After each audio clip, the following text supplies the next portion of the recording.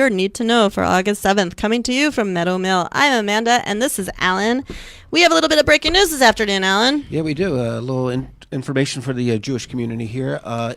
Well, in its monthly newsletter, Har Sinai Congregation, which is the oldest continuously Reformed congregation in the United States, announced it will not pursue a merger with its fellow historic Reformed congregation, Temple Oheb Shalom. Mm-hmm. Last September, the congregations announced that they were exploring the possibility of a merger. Right. But in May, Oheb Shalom congregants were notified that their longtime spiritual leader, Rabbi Stephen Fink, was suspended with pay. According to a letter from Oheb Shalom's leadership, this suspension came after allegations, quote, of an improper incident of a sexual nature that may have occurred as a number of years ago involving Rabbi Fink and a then teenager. Not good.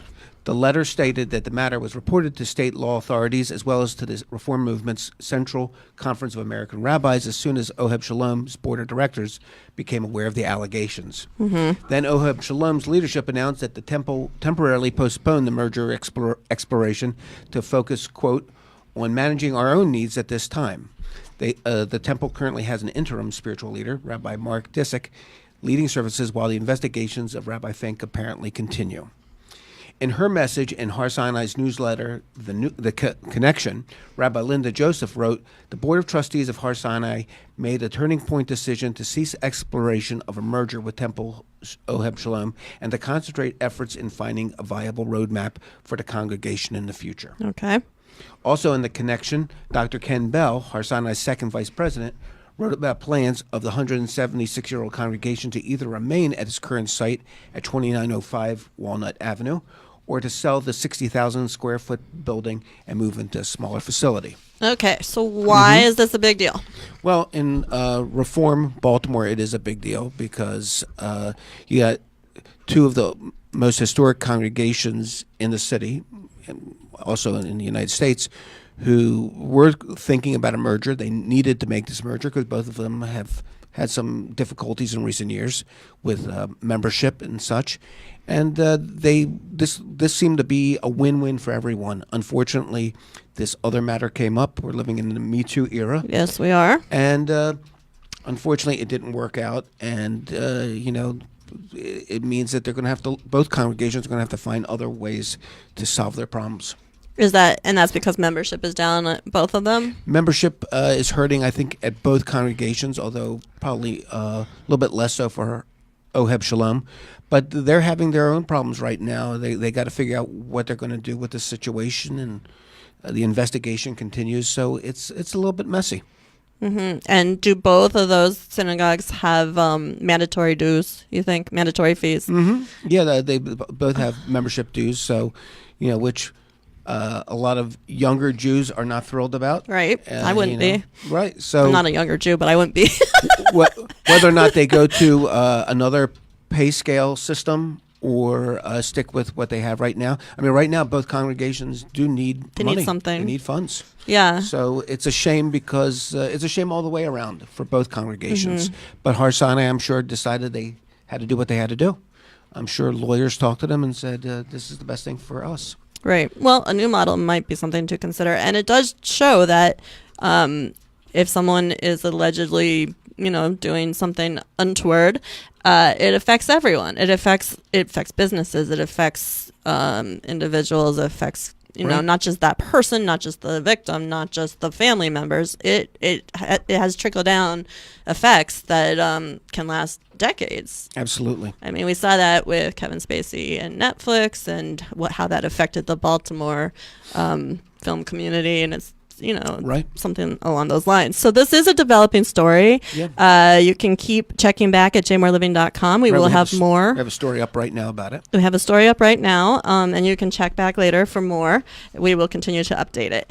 So we have an interesting item from YouTube and Facebook. Well, YouTube, Facebook, and Apple, don't forget Apple, oh, yes, removed Apple. content related to conspiracy theorist Alex Jones.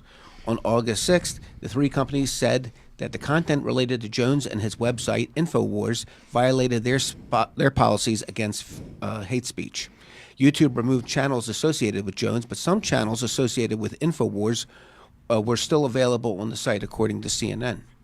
Facebook deleted pages affiliated with Jones and InfoWars, and Apple cut out podcasts associated with his radio show, The Alex Jones Show. Good. Jones has promoted numerous crackpot conspiracy theories. There I am being subjective, but including one that the Sandy Hook Elementary School shooting attack never actually happened, and that the United States government was involved in the 9/11 terrorist attacks. Right, I have heard that one, but I don't understand how you say something never happened. I don't get how that never happened. You can say anything didn't happen. You can say the moon landing didn't That's happen true. or the Holocaust. It does go back to all Anybody that. can say anything, right? But yes, okay.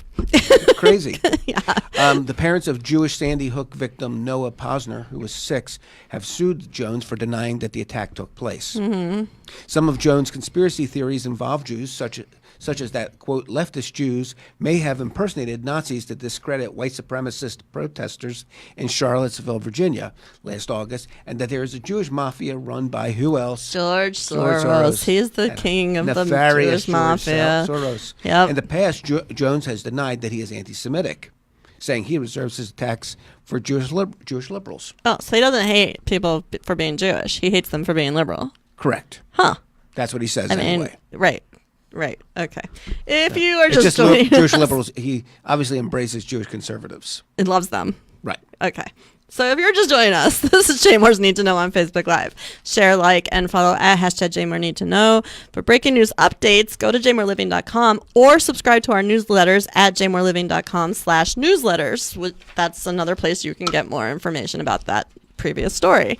Cory Booker disappointed some people this week, including me. I really needed him to stay squeaky clean for the next 2 years. Yeah, it's a bummer. Senator Cory Booker, seen as a likely contender for the 2020 Democratic presidential nomination, appeared in a photo appearing to endorse a slogan of the pro-Palestinian movement.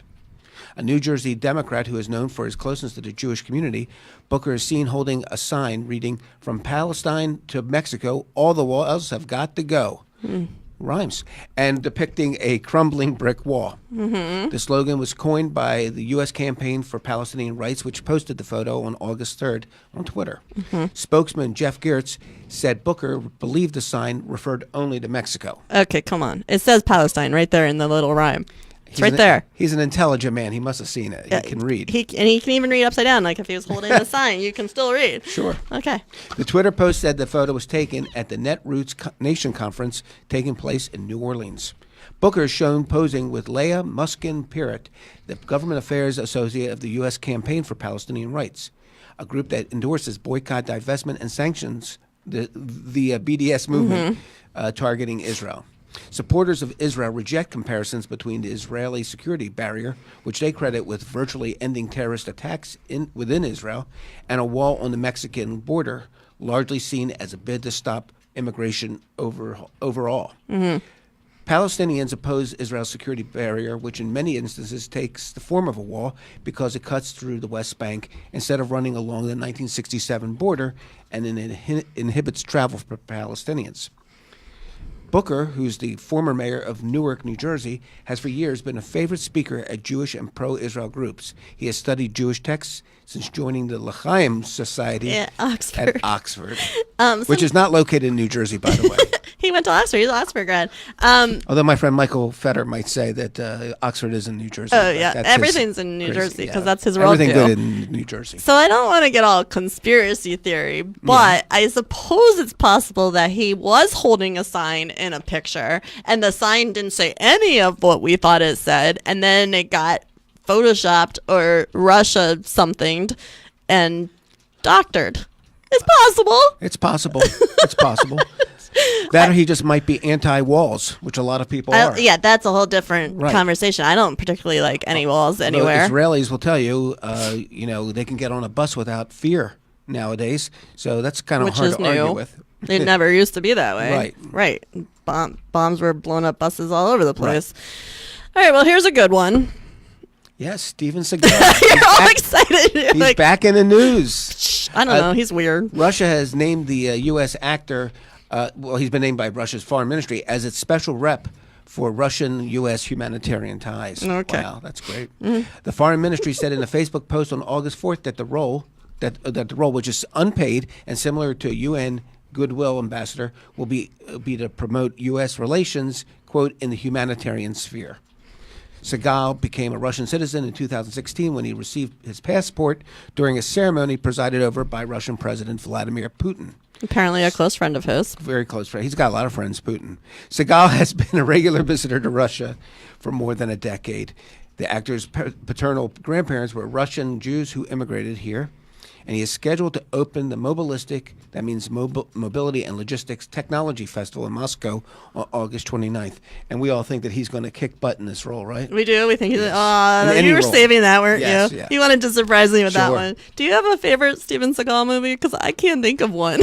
I don't have a favorite. I don't know if I've watched more than 15 minutes He of used one. to be kind of good back in the day for like a minute. He's got some martial arts skills, like legit. There Right? was one about him in the Navy, and I know a lot of people said that was his best one. All I right. forgot what it's called. If you're watching, There you go. Under Siege. Yeah, if Yes. you're watching, give us a thumbs up for Under Siege, or tell us your From favorite. Steven Seagal. Yes. Oh yeah, of course. So Alan, Yeah, you take the good, you take the bad, yeah. and there you have the facts of life. The facts of life. The yeah. facts of life. So this sad. is sad. Very sad. And who knew? I didn't. Actress Charlotte Rae, who won acclaim by playing the house mother, Edna Garrett, on the sitcom The Facts of Life, died on August 5th in Los Angeles. Aw. She was 92. She was diagnosed with bone cancer and had survived pancreatic cancer. Rae first appeared as Mrs. Garrett, who was not Jewish, I don't believe. I don't know that she was in supposed to a be. recurring role as a housekeeper on the popular sitcom Different Strokes, and then for 7 years on its spinoff, The Facts of Life, beginning in 1979. Rae was born Charlotte Rae Lubatsky in Milwaukee, Wisconsin, to Russian Jewish immigrants, which of course totally stunned our dear friend Rona Hirsch, Hi, Rona. who we thought knows Everybody. every Jewish celebrity. So I didn't even know that We were all morning. stunned I by was like, this. wait, what? Why is there a Charlotte Rae story? very perplexing. Yeah. It's interesting. Side note: Charlotte Rae's mom, Esther, was a childhood friend of the future Israeli Prime Minister Golda Meir. That's crazy. Also a Milwaukee native. Actually, she was born in Kiev, but Then moved to she lived in as a Milwaukee. child. Right. That's nuts. Rae reportedly dropped her Jewish-sounding surname on the advice of an unnamed radio personality. Maybe he or she also had a Jewish-sounding surname. And but also, I don't think it came out much that she was Jewish, because I don't remember ever hearing anything like that. No. I guess she just didn't need to be. Like I said, even stunned the great Rona Hirsch. The great you know? Rona, who knows That doesn't happen that everyone. often. Yeah. The encyclopedia. She is. But remember, what was her name? Mindy Cohn. She was definitely Jewish, right? I believe so. Natalie. You know, I gotta tell you, I never watched more than 10 minutes But I of that feel show like either. we did some story with Was her Steven once. Seagal on that show? No, But- George Clooney was. I didn't know that. He Glenn, was. did you know that? George Clooney. George Clooney. I know he was in Glenn Roseanne. probably never ever watched Facts of Life even once. You did? All right. I mean, come on, Tootie. Awesome. So Clooney He was like the fix-it guy, I think, for Okay. the boarding school.